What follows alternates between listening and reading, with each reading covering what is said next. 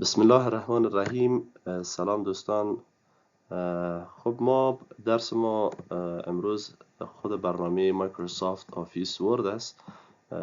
اگر ما بخوایم از برنامه مایکروسافت آفیس ورد استفاده بکنیم نیاز است که ما قبل خود پکیج آفیس نصب کرده باشیم. شما از دو راه میتونین که کار انجام بدین، برنامه را نصب بکنین.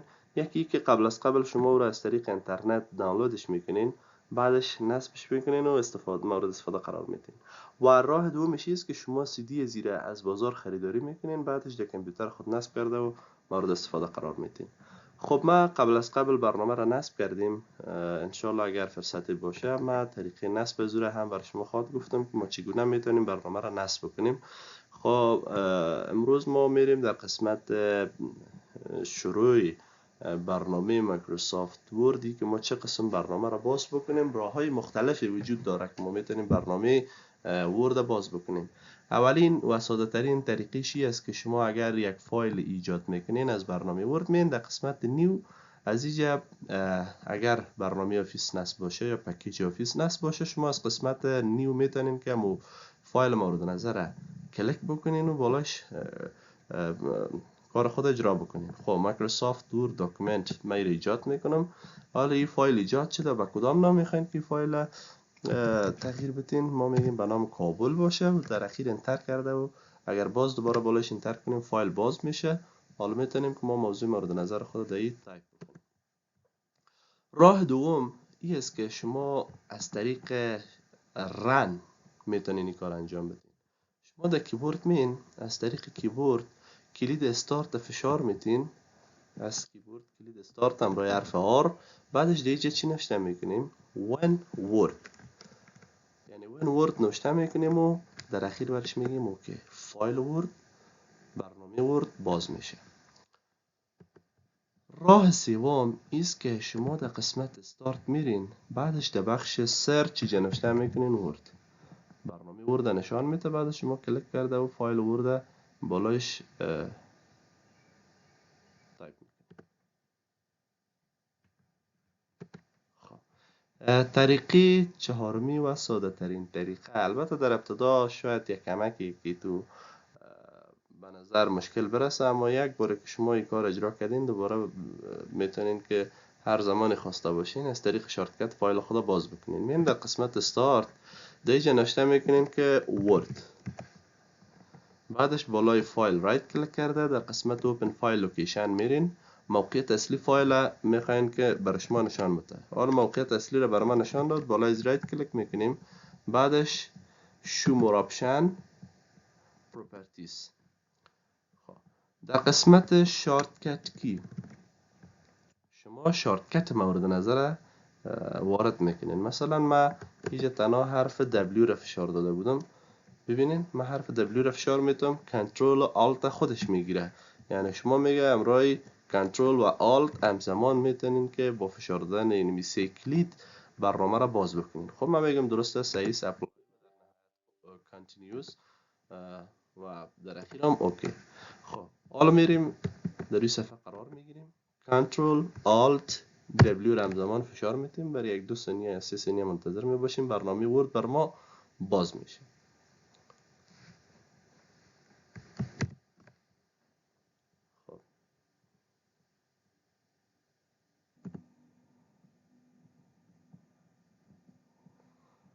این طریقه چهارمی و ساده ترین طریقه بود. حالا هر زمانی که شما از طریق شارتکت بین اما شارتکت کلیک بکنین برنامه ورد باز میشه. یا میتونیم که ما یک شارتکت دیگه غیر از شارتکتی که ما حرف W را فشار دادیم یک شارتکت دیگه هم میتونیم برش بتیم. اوپن فایل لوکیشن، بعدش در قسمت موقعیت اصلی فایل رفته و پروپرتیز میکنیم و در اوجه شارتکتش تغییر میدیم. شارتکتش میگیم امرای حرف W نباشه، امرای حرف P باشه، اپلای و بعد کنتینیوس. از طریق ادمنستریتور باید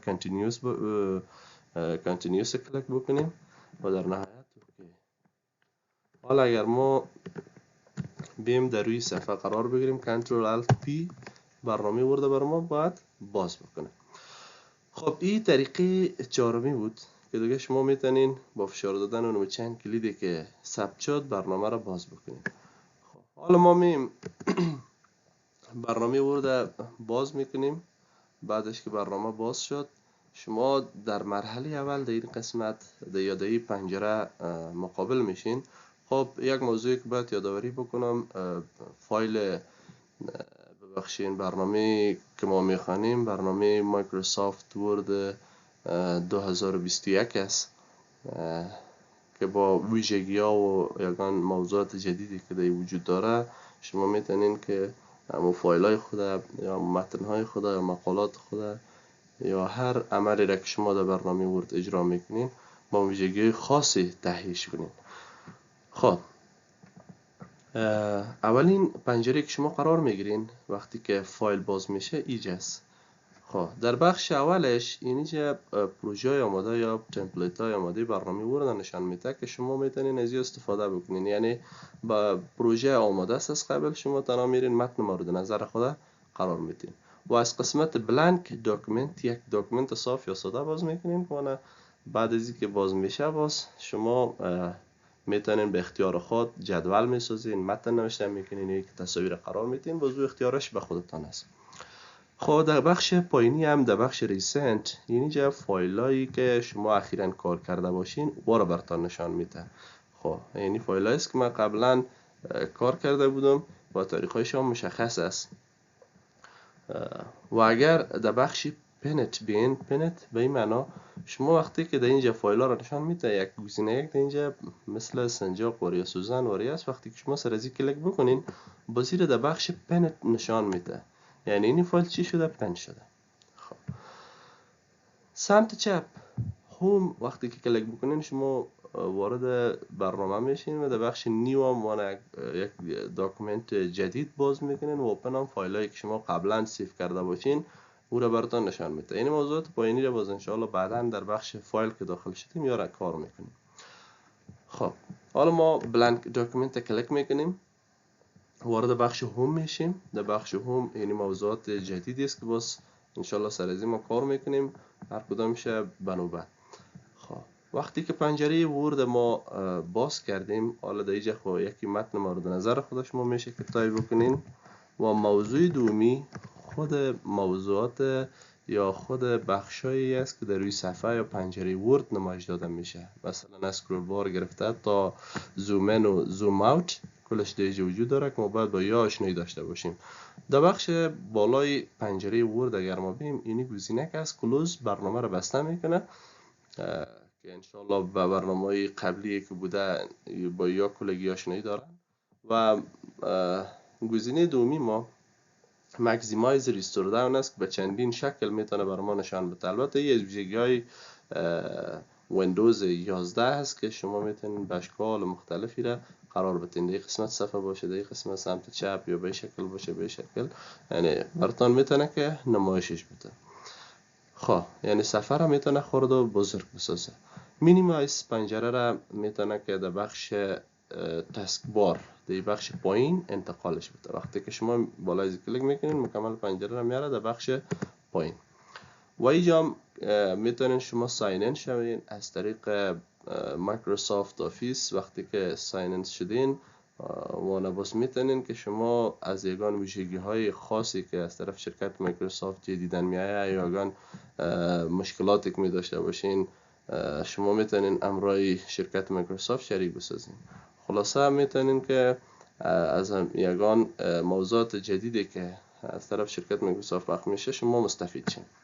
و در بخش سرچ هم میتونین یک موضوعی را که شما پیدا کردن نمیتونین در بخش فایل ها در بخش منیو باز میشه شما در اینجا سرچش کنین براتون نشان میده. و سمت چپ از اگر بیم اینجا تایتل بار است و نام برنامه که شما سرش کار میکنین یا نام فایل که سرش کار میکنین نشان میده. شما اگر برنامه ورد به هر نامی که ذخیره میکنین نامش در اوجه برای شما نشان میده. من میام در بخش فایل سیو یا سیو از یکی از یا را کلیک میکنم، فایل خود ذخیره میسازیم در روی دسکتاپ به نام مشخص. براوز دسکتاپ به نام کابل سیو. ببینین حالا در بخش تایتل بار ما دانستیم که با همون نام دلخواه خود اینجا سیوش کنیم. خب سمت چپ ازی کویک اکسس تول بار است، به این معنی که ما یک عملی را که میخوایم اجرا بکنیم بسیار به سرعت و به چالاکی میتونه این کار اجرا بکنیم، یعنی در وقت کم یک فعالیت میتونه که اجرا شود.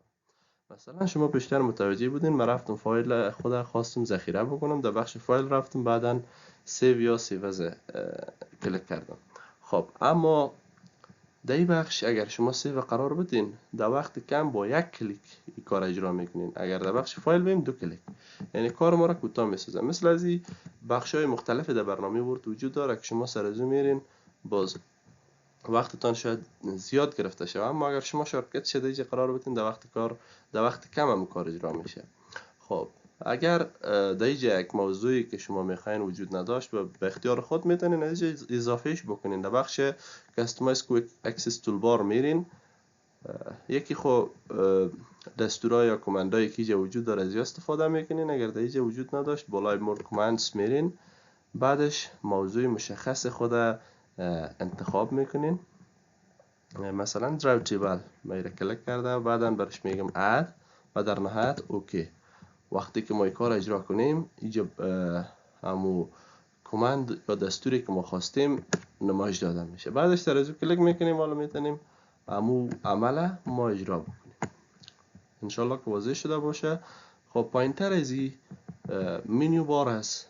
منیو بار متشکل از چندین منیو هست که هر کدام از او در قالب خود دستورات و تب‌های مختلفی داره که شما باز میتونین از این استفاده بکنین. خب پایین تر از این اگر ما ببینیم هر کدام اینی گزینه‌ها که به نام کلیپبورد یا فونت یا پاراگراف یا استایل نوشته هستن یا به نام تب یاد میشن و در داخل خود چندین دستور جا دادین که هر کدامش یک عمل خاص اجرا میکنه و از خود ممکن که شارتکت های مختلفی داشته باشه. خب اگر بیم بر از یک تعریف جور بکنیم، مجموعه چندین دستور یا کماند یک تب تشکیل میده و مجموعه چند تب میتونه که یک منیو رو بر ما تشکیل بده. خب موضوع پایینی ازی اگر بیم پایین تر از بخش منیوها به نام رولر است. رولر یا خطکش، ای که برنامه ورد اگر ما در داخلش متن نوشته میکنیم، حالی متن نظر به اطراف صفحه، نظر به حاشیه امی کاغذ ما چقدر تفاوت داشته باشه، چقدر فاصله داشته باشه، این ما از قسمت رولر میتونیم که تعیین بکنیم، کم بسازیم یا زیادش بسازیم. این ما اختیارش داریم، به اختیار خود در اندازه‌ای که خواسته باشیم تعیینش میکنیم. یا از طریق هوریزونتال رولر یا خطکش افقی یا ورتیکال رولر یا خطکش عمودی ما میتونیم که کار اجرا بکنیم. اگر احیانا خطکش نمایش داده نمیشه و شما میتونید که در بخش ویو بین از اینجا بالای رولر کلیک بکنین، خطکش هم میتونید که به نمایش بیارین و از او استفاده بکنین. خب موضوع بعدی ما به نام اسکرول بار است. اسکرول بار یا ورتیکال اسکرول بار که توسط از ما میتونیم پنجره یا برنامه ورد پایین و بالا ببریم. پایین تر از این اگر بیم ما در بخش زوم این و زوم اوت است که ما میتونیم صفحه نمایش خود کوچک و بزرگ بسازیم. این ما اختیارش داریم به هر اندازه‌ای خواسته باشیم. خب یک موضوع باید واضح باشه که این بخش در حالت چاپ یا پرینت کردن کدام تاثیر نداره، فقط برای نمایش است. مثل از این که شما در تلفن خود یک تصویر بزرگ میسازین یا کوچک میسازین.